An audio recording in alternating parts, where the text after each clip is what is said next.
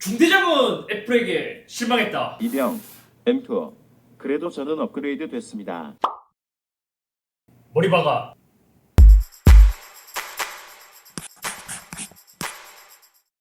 안녕하세요, 이섭입니다. 애플 실리콘이자 암 맥OS의 첫 번째 작품인 M1, 그리고 엄청난 성공 끝에 기대한 다음 세대 M2. M1이 나오기 전에는 많은 걱정들이 많았지만 정작 출시 후에는 진짜 가성비가 좋다라는 말이 있을 정도로 엄청난 이제 성공을 했고, 그 다음에 나올 M2는 얼마나 더 멋진 모습을 보여줄지 많은 분들이 기대했습니다. 그리고 나서 2022년 6월 WWDC 2022에서 새로운 M2가 공개되었고, 그렇게 M2를 처음 탑재한 제품은 맥북 에어 M2, 기존 버전에서 리뉴얼된 맥북 프로 13인치 M2가 공개되었습니다.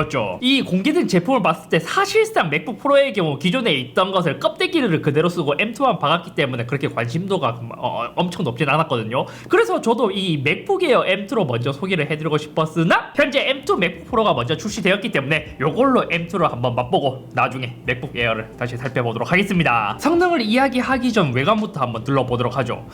솔직히 외관은 기존 13인치 맥북 프로 M1을 탑재한 것에서 껍데기는 완전히 동일한 모습을 갖고 있기 때문에 이 가격 받고 이걸 받는 게 맞나 싶을 정도로, 사고를 우려 먹어도 이만큼 우려 먹을 수 있나 싶을 정도로 13인치 맥북 프로 M1 버전과 동일한 모습을 갖고 있습니다. 저는 얘를 구입하면서 뜯고 사용을 하면서 느낀 게 뭐였냐면 이제 많이 지긋지긋해졌더랄까요. 우리가 뭐 전자제품이나 다른 것을 구입할 때 디자인에 대해서 굉장히 크게 신경을 쓰고 구입하는 편인데, 얘는 2016년 터치바 맥북 프로 13인치가 처음 나왔을 때부터 계속 이어져 온 폼팩터를 갖고 있습니다. 그때와 지금이나 디자인적인 차이가 없다는 것이죠. 물론 세세한 디테일, 애플 로고의 뭐 크기가 바뀐다든지, 원래 처음에는 13인치 맥북 프로도 왼쪽에 C타입 2개 그리고 오른쪽에도 C타입 2개가 있었는데, 그 이후에 이 13인치 맥북 프로도 약간 저가형이 나오면서 한쪽에는 포트를 제거했거든요. 그러한 부분들을 제외하고는 완전 7년 동안 우려먹은 폼팩트라는 것입니다. 그렇기 때문에 디스플레이 스펙도 완전 동일한 13인치대를 탑재하고 있고, 크기, 무게, 사이즈 모든 것이 동일해요. 심지어 조금 아쉬웠던 점이 뭐냐면, 최근에 애플의 제품들, 그러니까 맥 제품들의 이제 전면 카메라, 비대면 회의가 많아지면서 전면 카메라도 이제 좀 FHD급으로 모두 업그레이드를 하고 있거든요. 하지만 얘는 이제 폼팩트가 구형이다 보니까 아직까지도 HD급 페이스타임 카메라를 사용하고 있다는 점. 참고로 같이 공개되자 10만원 더 저렴한 맥북 에어 M2는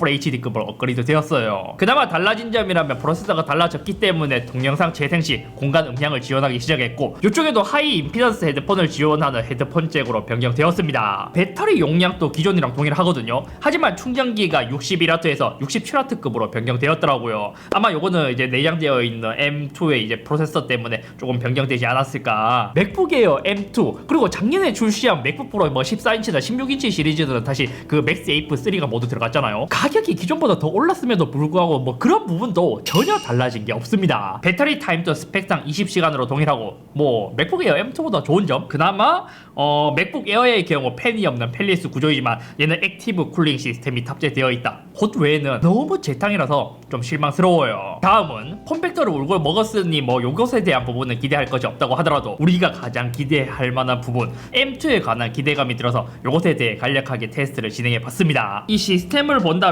애플의 M2를 탑재한 모델이라고 나와있고, 여기도 2022년 M2를 탑재했다고 나와있죠. 프로세서에 대해 M1과 M2의 차이점이 궁금해 하실 수도 있습니다. 기본적으로 가장 큰 차이점은 CPU의 경우 고성능을 위한 4코어, 효율을 위한 4코어, 이렇게 8개의 코어가 탑재된 것은 동일해요. 그나마 차이점이 있다면 그래픽에서 M1의 경우 8코어 GPU가 들어갔지만 M2에서는 10코어 GPU까지 넣을 수 있는 옵션을 탑재했습니다. 그러니까 나머지는 다 동일한데 GPU에서 2코어가 더 늘어난 거지. 메모리는 기존 16GB까지 넣을 수 있었지만 이제 최대 24GB 메모리까지 구성이 가능하고, 저장 공간은 기존과 동일하게 최대 2TB까지 구성을 할 수 있었습니다. 그리고 여기에 탑재된 뉴럴 엔진이 조금 달라졌어요. M1의 경우 A14 바이오닉을 기반으로 했나? 아무튼 이제 그러한 것으로 알고 있는데, M2의 경우 A15 바이오닉을 이제 기반으로 만들어졌기 때문에 5세대 뉴럴 엔진이 들어가서 M1 대비 43% 성능 향상이 있었다고 해요. 그럼 실제로 긱벤치나 시드벤치로 돌려봤을 때, 그러니까 실제로 성능에 대한 증가폭이 어떻게 될까? 이것도 제가 궁금한 부분이긴 했어요.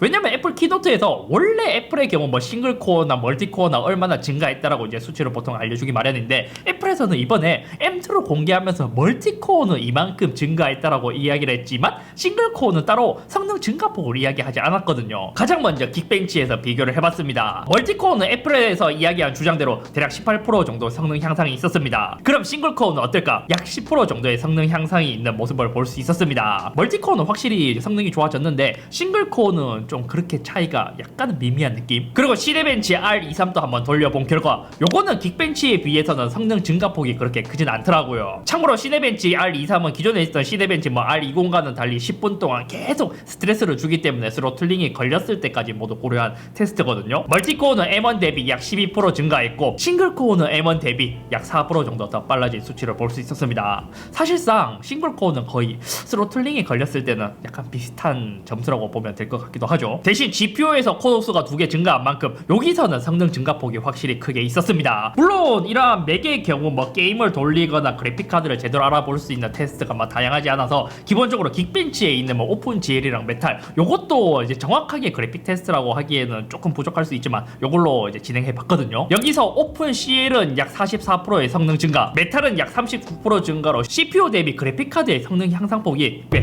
크게 증가했다는 것을 알 수 있었죠. 또 M2 맥북 프로가 먼저 풀린 해외에서 맥북 프로 이제 리뷰가 나왔을 때 가장 큰 두 가지의 이슈가 있었습니다. 첫 번째로 SSD 256GB 기본형을 구입했을 때 성능이 반토막 된다는 그러한 이슈가 있었거든요. 저도 기본형으로 구입했기 때문에 테스트를 진행해 봤습니다. 가장 유명한 블랙매직의 디스크 스피드 테스트를 진행했을 때 요거는 해외에서 나온 것처럼 M1 대비 M2에 탑재된 256GB의 속도가 현저히 그게 눈에 띌 만큼 속도가 낮아진 모습을 볼 수 있습니다. 물론 해외에서 주장한 만큼 완전 반토막까지 나진 않았지만 특히 읽기 속도가 기존 대비 거의 반토막이라고 할 수 있을 만큼 속도가 저하된 모습을 볼 수 있었습니다. 근데 이 이슈는 가장 기본형인 256기가를 구입했을 때만 성능이 이제 반토막 난다는 이슈가 있는데, 저는 이 정도 가격이라면 이제 256기가보다는 조금 더 용량을 더 늘려주는 게 좋지 않을까라는 생각이 들었어요. 왜냐면 특히 뭐 이거는 이제 저한테만 이제 해당될 수도 있는데 저는 고용량의 파일을 자주 옮긴단 말이에요.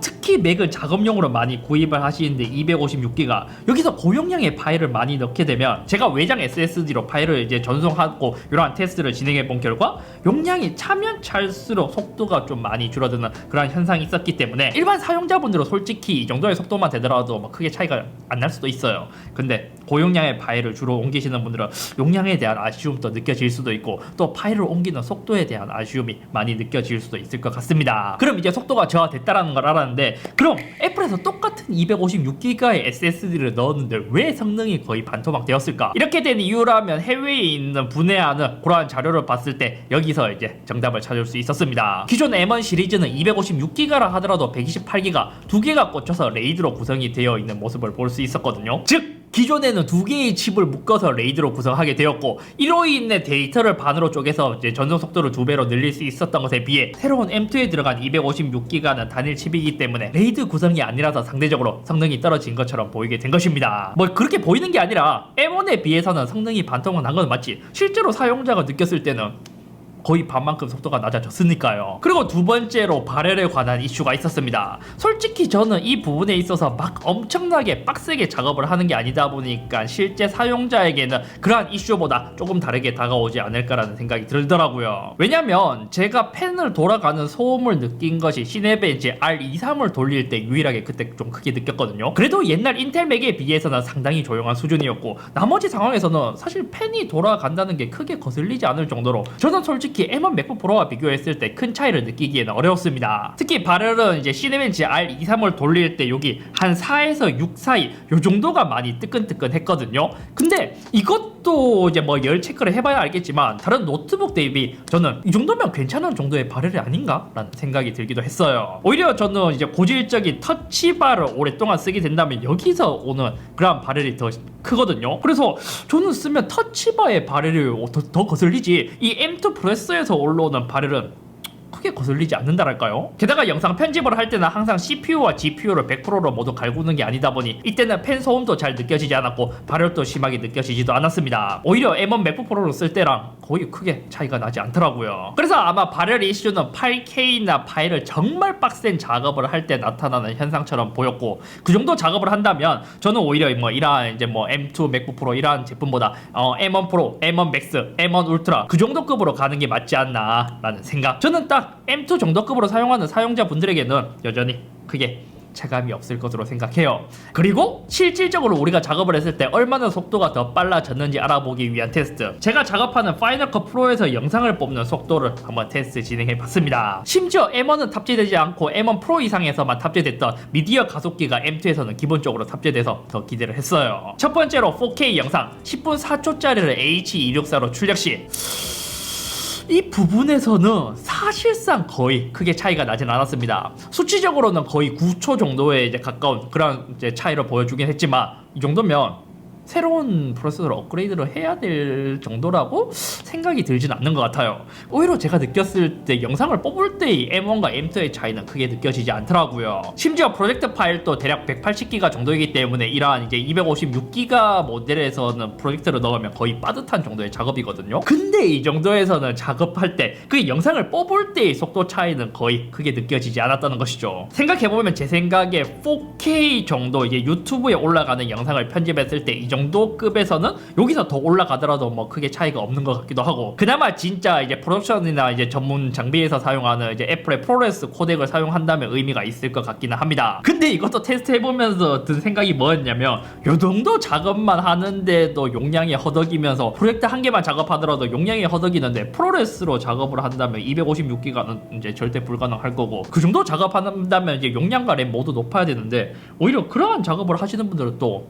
이러한 M2를 보는 게 아니라 M1 프로급 이상을 보지 않을까요? 그래서 제 생각에 프로레스나 8K급까지 올라가는 게 아니라면 M1이나 M2에서 영상 편집, 그것도 유튜브나 이제 그냥 일반적인 상업용, 그것도 일반적인 영상을 작업하시는 분들에게는 성능 차이가 크게 느껴지지 않을 것 같습니다. 그나마 그거는 있었어요. 영상을 뽑을 때의 속도 차이는 크게 느껴지진 않지만, 이렇게 영상 작업을 할 때, 그러니까 프리뷰 할 때의 차이는 조금 더 쾌적하게 돌아가기는 했습니다. 아니면 M1 프로, 울트라, 맥스가 나올 때마다 파이널 컷에 대한 최적화가 이제 문제가 있었던 것처럼 이번 M2도 비슷해서 이러한 결과가 나왔을 수도 있고요. 그래서 저는 최근 애플에서 출시한 M2 맥북 프로가 가장 실망스러운 제품이었습니다. 같이 공개한 M2 맥북 에어에 비해 얘가 10만원 더 비싼 가격인데, M2 맥북 프로가 더 좋은 점이라면 기본 구성이 GPU가 2코어 더 많다는 점, 액티브 쿨링 팬이 있다는 점을 제외한다면 완전히 풀 체인지된 맥북 에어는 디스플레이, 디자인, 무게, 펠리스, 웹캠 등에서 그전 M1 맥북 에어보다 훨씬 더 좋고 업그레이드 되었다라는 느낌을 받을 수 있기 때문이죠. M1 맥북 에어보다 M2 맥북 에어는 훨씬 더 많은 부분에서 업그레이드 되었다고 느끼기 때문입니다. 심지어 얘보다 10만원 더 저렴한데 말이에요. 솔직히 다른 무엇보다 실망스러운 것은 디자인이긴 하거든요. 이제 이 애플에서도 터치바를 버리고 다시 물리키로 돌아오기도 했고, 14, 16인치 맥북 프로와 맥북 에어에서 노치형 디스플레이를 탑재하다 보니까 이제는 상대적으로 얘는 이러한 이제 베젤도 두꺼운 것을 보면 좀 더 구형기기에 가까운 느낌이 들었습니다. 그렇다고 해서 M1에서 M2로 가면서 눈에 띄게 막 엄청 크게 체감할 만큼 성능이 막 증가한 것도 아니고, 아직까지 얘보다 더 고성능의 작업을 원하시는 분들은 이제 기존에 있었던 M1 프로 이상급으로 가는 게 맞다고 생각하고, 만약 이 정도 급의 제품을 원한다면 사실 저는 M2 맥북 프로보다 M2 맥북 에어를 추천드리고 싶습니다. 차라리 얘보다는 물론 가성비적인 측면으로 봤을 때 GPU 코어가 더 중요하신 분들은 얘를 선택하는 게 맞긴 하지만, 대부분 일반적인 사용자의 유저 입장에서는 M1만 하더라도 충분했거든요. 그렇기 때문에 M2 맥북 에어를 선택하는 게 더 좋은 선택이 아닐까 싶어요. 근데 그런 건 있죠. 만약 M1 맥북 프로 얘랑 똑같은 제품인데 M2가 들어갔냐 M1이 들어갔냐의 이제 차이잖아요. M1 맥북 프로가 크게 할인한다면 그것을 구입해도 뭐 충분히 괜찮지 않을까 싶습니다. 아무튼 오늘은 여기까지이며, 애플이 도대체 왜 맥북 프로 13인치는 이렇게 만들었을까를 곰곰이 생각해보면 맥북 에어를 더 많이 팔기 위해서 맥북 프로 13인치를 이렇게 만든 이것도 애플의 전략이었을까요? 맥북 프로 M2는 이제 끝났으니까 곧 도착할 맥북 에어 요 M2 요것을 제대로 한번 살펴보도록 하죠.